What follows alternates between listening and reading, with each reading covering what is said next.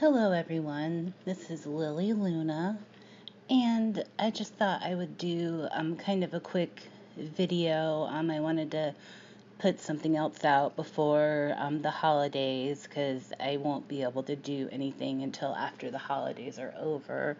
So I just thought I would do a quick video about this is not a Lauren video. Um, this is about Safraz Khan, aka tennisboy213, who was caught in the Flagler Beach sting, and you might remember him as the one who came in, or he had come in, and then they brought in slave to mistresses. That was the one where Chris Hansen interviewed the two of them at the same time. So you probably remember this guy. I have not seen really a whole lot of commentary about this particular one. I have watched his police interview, and of course I've watched the his segment on Dateline a few times. But I really haven't seen a ton of commentary about him. So I just thought I would listen to his phone call with the decoy. I believe it's the only phone call that was made available that I could find anyway. And it's not a terribly long phone call. It's 6 minutes and change. So this video shouldn't run too terribly long. So I just thought I would listen to the call and comment on it.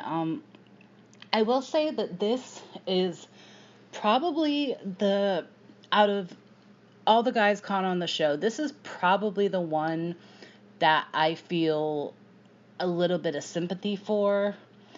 And this is just based on what I know. If this was in fact the only thing that he did, if he has not in fact actually molested a child, touched a child, which as far as I know, this was his only offense, was he, sent some pictures and obviously showed up at the house. And the reason I say that I feel a little bit of sympathy for him is because from what I could read up on, it sounds like he is either in the process of, or he may have already been deported.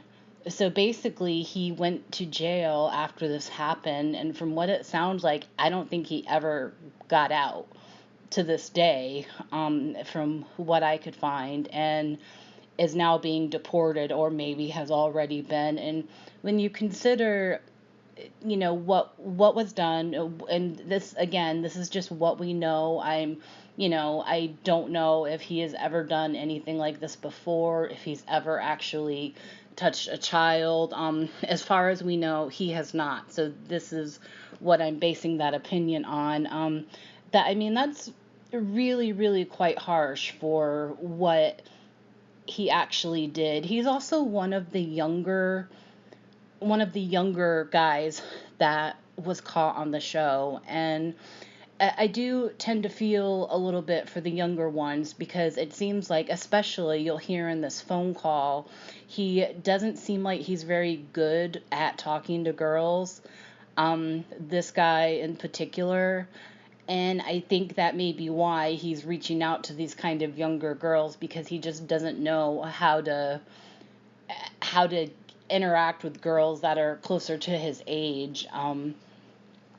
But I mean, it's problematic that he sent naked pictures, and it sounds like he had done that, obviously not just to her, to several other, and who knows if they were actual minors, if they were other decoys. I don't know that much. But I mean, that is quite a harsh thing to happen, for him to basically never see the light of day again, as near as I can tell. So yeah, I can say that I do feel a little bit sorry for this guy. I mean, is it his own fault that he showed up at the house? Absolutely. He should have known better. But to basically destroy his entire life from it, that's very, they're making it very hard for him to come back from that. And it's, I mean, Kevin Westerbeck is out of jail now, for Christ's sake. I mean, that's a lot. That's a lot for somebody. That's a very, very big price to pay when you consider the fact that he did not actually molest a child that we're aware of. It is quite harsh. So moving on from that, I'm going to go ahead and start the call. This one I think is really kind of funny because it both shows how really not good with girls he is, and this decoy, I don't know if she was just having an off day, but this decoy is just not not very good at this at all. I'll comment on it as the call goes on, but I don't think she sounds like a teenage girl, first of all, and some of the things she says is just you'll hear as it starts. So I'm gonna go ahead and start the call. Hello? Hello? Who's this? Hey, what's up? Safraz? How do you say your name again? Safraz? Yeah, people call me Safraz. Okay, that's cool. What does your name mean? Actually, I don't know. Good question. That's a good question. Huh? You have a pretty name. Thank you. You're welcome. I like it too. So are you shy? I don't know. What makes me shy? I don't know. Okay. Too many questions. Yeah, I mean, does that sound at all like... I mean, she sounds like she's exactly what her age probably is, but she sounds like she's in like her 30s or 40s, which I'm guessing is probably about the age that phone decoy was at the time. Yeah, it's not convincing. I think this may have been one of the ones that would do both the girl voice and the boy voice. It's not. I know it's not Dell. Dell would do that too. But I think this is one of the other ones that would also do that. So moving on, I think. My point was, I think that she may have been better at doing the male voice than she is at doing the female voice, which actually I kind of think is the case for Dell as well. So moving on. All right. What's up? Nothing. So, did you miss me? Well, a little bit. Okay. I don't know. Did you miss me? Just a little.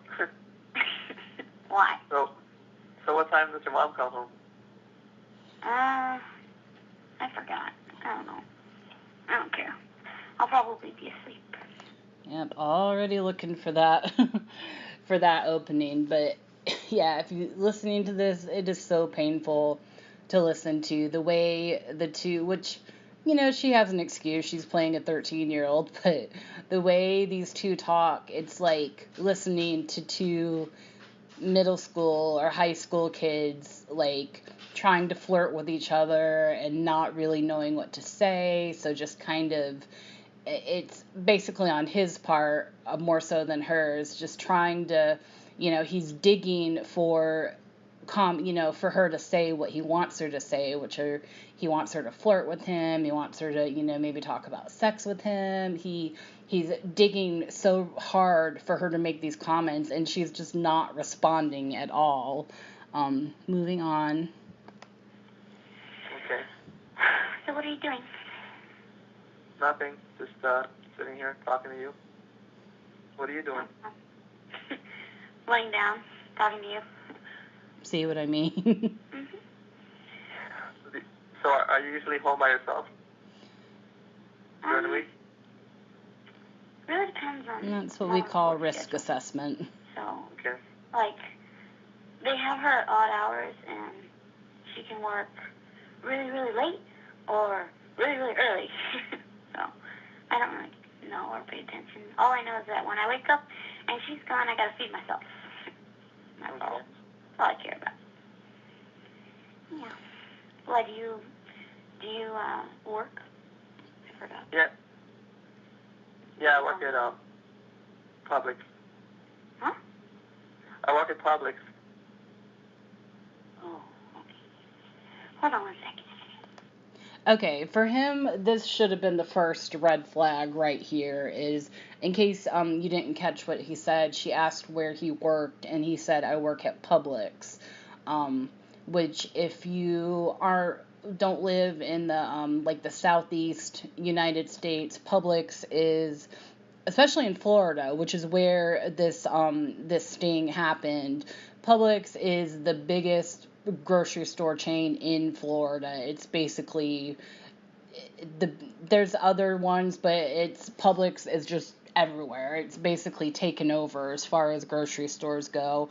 So if this girl is actually a teenager living in Florida, she would be too young to work there herself, but I guarantee you she would either, if she was old enough, she either works there herself, or she has a sibling that works there, or she has an older friend that works there. She knows somebody that works there. So the fact that she obviously didn't know what Publix was, because the decoy probably is not from the area, and she sounded very confused. I mean, a normal response for a Florida teenager would be like, "Oh yeah, Publix, we shop there," or, "Oh yeah, my older sister works there," or, "My friend's sister works there," something. There would be some kind of connection. So that should have been the first red flag to him that something wasn't quite adding up here.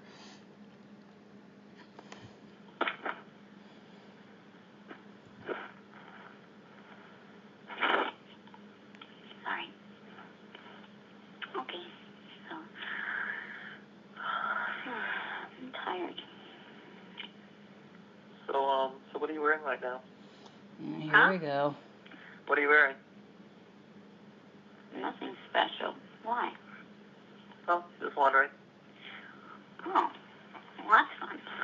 Oh, hold on. Okay, sorry. Huh? Sorry. What are you doing?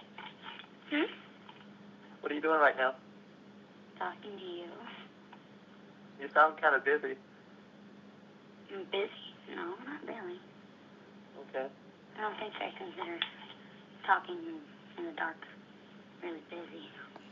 Yeah, she sounds busy because she's not wanting to respond to any of the flirtatious things he is trying to say. That's why she is kind of moving around and saying, "Huh? What?" And yeah, she's just not responding at all, which,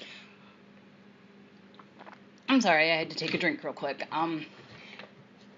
I wonder if, I know that the whole thing with perverted justice is, they're trying to get the guy to incriminate himself, for him to be the one who, but, I mean, shouldn't the decoy act, a little bit interested? I mean, the Lorne decoy did. The other decoys have, acted somewhat interested, and this one, she's just not receptive, at all, even remotely. So it's just really kind of weird, because they've got to, whether or not the decoy flirts or not, I don't think it's going to make a difference in court, because it's not, it's certainly not going to hold up as a legal defense that, "Oh, well, she flirted with me, she wanted it," that would never work. So this decoy she plays it really differently from some of the other ones, and I don't know if maybe it was just this particular case or what.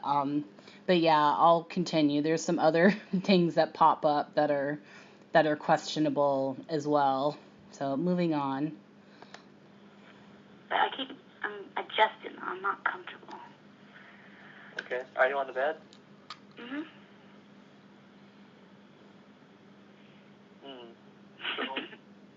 Yeah. Anyway. So what's on your mind? What's on my mind? Having sex with you, Safraz. That's what he wants to hear. I'm kind of hungry. Oh, yeah? Honestly. I want some apples or something. Okay. Anyways, what's on your mind? You? Hey, that's good. I like being on people's minds. Makes me feel important. Okay. Okay. Yep. So would you like it if I were there with you right now? I'm kind of, it's kind of boring here. I don't know. Yeah, so heard the last minute or so of this, he's just really not very good at. He's not very upfront about what he wants. He's just kind of dancing around it, and it just seems like he's too shy to say what, which I mean happens to people much older than him as well. It's not just, I'm not just saying that never happens to people. People get shy, they get scared of rejection, but yeah, he just does not sound like a person who is very good at chatting up girls, and so it probably feels a little bit safer to him to go after girls that are younger, because he might immediately have more of an attraction to them because he is older, because to a 13-year-old 22 is like, whoa, that's really old. So yeah, I wonder if that's the motivation, not so much that he is wanting to go after a child, but that he is wanting to go after someone who he might be like more on their level mentally, rather than, I'm not sure if he was 22, or I think he might have been, he was somewhere in his early 20s. I'm not sure exactly how. I know there was a weird thing in his chat log which I have not read in a while, and I don't think I've ever read the entire thing, where he asks her if he could pass for younger, if he could pass for being like 17, and I think she said no, and he like freaked out about it. I'd have to look that up, but yeah, there was definitely, he had a weird kind of freak out about his age, so I don't know what that was all about. But he definitely seems to have some issues with his age and with maturity and with being able to connect with girls his own age. Moving on, this call doesn't have a whole lot longer in it. I'm at the 4-minute mark, and it's 6 minutes and 54 seconds, so only a little bit to go. I don't know. What? We could have some fun. I'm saying we could have some fun if I was there. Well, I'm really good at video games, so if you want fun, you gotta be up to the challenge to lose. Sounds pretty fun. What games do you play? Well, my cousins have Donkey Kong, which is really cool, but apparently it's like really old, and I didn't think it was old, especially with all that new stuff they have coming out with like the PS3. Is that what came out? But I'm old because I like the Diddy Kong and stuff like that. Okay, so he asks her what video game she likes, and the first one she can come up with is Donkey Kong. Like, really, Decoy? Seriously? That's that's the best you can do is Donkey Kong? I mean, excuse me. That's the kind of thing that she probably played when she was a child. I mean, a young teen in 2006, this probably was somewhere around there, is not going to say that Donkey Kong is her favorite video game. I mean, she kind of covers up by saying, oh yeah, I guess it's really old, which I didn't know, and then she starts talking about, the PS3, and it's like she's scrambling to be like, yeah, what do the kids play these days? Which, I mean, I would sort of have the same problem because I can't keep up with all the new video game systems and stuff. I don't know what the hell the latest thing is, so I would probably have the same issue, to be fair, but I would think that I would come up with a better answer than Donkey Kong, because you can't get freaking older. I mean, that was even on the Atari, I believe, wasn't it? I mean, it doesn't get much older than that, so that I would call that a big fail on the Decoy's part. I mean, come on, man. That's cool. Because that's so fun. It's great. Yeah, that's the stuff I played when I was a kid. Right, Mm-hmm. See? I said that's the stuff I played when I was a kid, like Mario and stuff like that. I could still kick your butt. Okay, we'll see about that. We will, and I'll beat you. It's all good. So where do you live? I live in Florida. Yeah, I know, but what city? I'm just curious. You know, that one city on that one map? In that one state of the United States. Yeah, well, Wow. I'm just wondering, if you're just exactly how far you are. Oh. Well, maybe I'll, those maps, you do map questions or something later. I'll figure it out. No worries. Not at all. Okay, so this is the big red flag, that she can't even tell him what city she is in, which I wonder how much, if there were like maybe some communication issues with Perverted Justice and Dateline, because at this point, when they are on the phone with somebody that they are, that may potentially be coming to visit the Sting house, I mean, wouldn't they know what city to tell these guys? I mean, the other, I keep going back to Lorne as a reference, but I mean, the other decoys give out, are able to give out what city that they're in.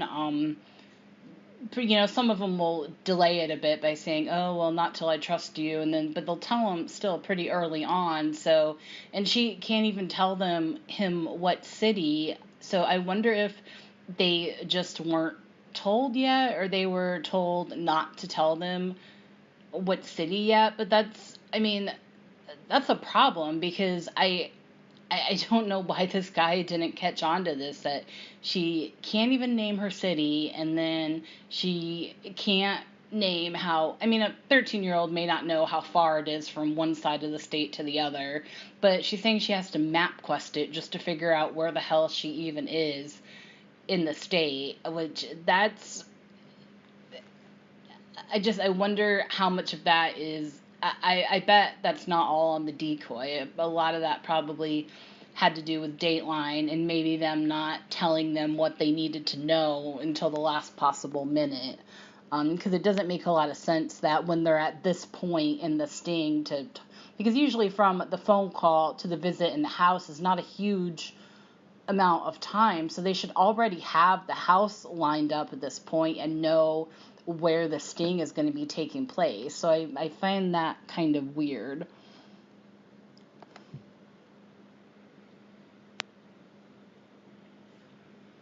Yep. Yep, see, there's just silence here because he doesn't know what to say. He's like, you don't know where you live? Nothing. No, that sounds fun. I was gonna change into my sleep clothes. What are your sleep clothes? 'Cause I got really good pajamas. Well, I have a t-shirt and these sleep pants. Okay, so that is, and I'm ashamed to say that when I was younger, as like a teenager, I have used that same tactic of when he said he's changing into his sleep clothes, because what he's doing is he's fishing for a comment, like a flirt. He's fishing for some kind of comment saying like, oh wow, you're getting naked, or oh, you're in bed, or he's fishing for some kind of comment about sex when it comes down to it. And it's a very juvenile tactic to use, and the decoy is obviously not having any of it. So it's not working for him, and I think that's why there's so many awkward pauses in this phone call, because she's just not picking up what he's putting down, and he just doesn't really know where to go from here. I'll finish this up. It's only got 50 seconds left, so moving on. It says lazy on the box. On the front part. Says what? It has the word lazy written on the back, the butt part of the pants. That's cool. I need those. For sure. I bet you look cute in your pajamas. Oh, well, I just look comfy. Yeah. Why would you need to look cute in pajamas? You're gonna sleep. No one sees you. You know? Huh? Like, why would anybody want to see you in your pajamas? Like, they're just like the comfy ones. You know? So when I dress in pajamas, I don't look cute. I just look comfortable. Okay. Yeah, for sure. Okay, so that's it for the call. It just kind of ends abruptly. I don't know if I have not found any other call, so I don't know if they just got cut off and if there was another call after this. But so yeah, I basically covered all of my talking points here. I don't think the decoy did an exceptional job here, but I do wonder how much of that, specifically the problems with her telling him where she was how much of that was on her and how much of that was just maybe she just wasn't given the information she needed when this phone call happened. But yeah, I don't think that she sounded at all like a young teenager. I don't think the answers she came up with were very good. And I keep in mind, I'm not trying to undermine, because I know a lot of work went into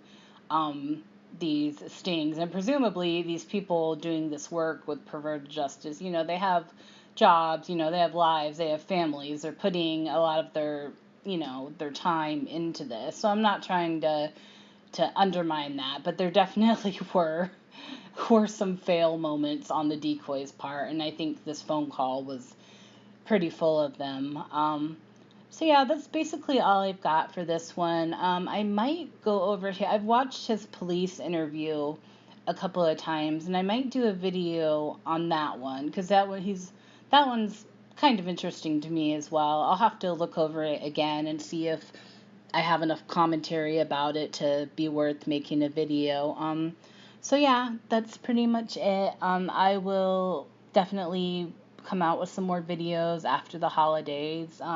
So I hope you guys all have a great holiday, and I'll talk to you later. Bye.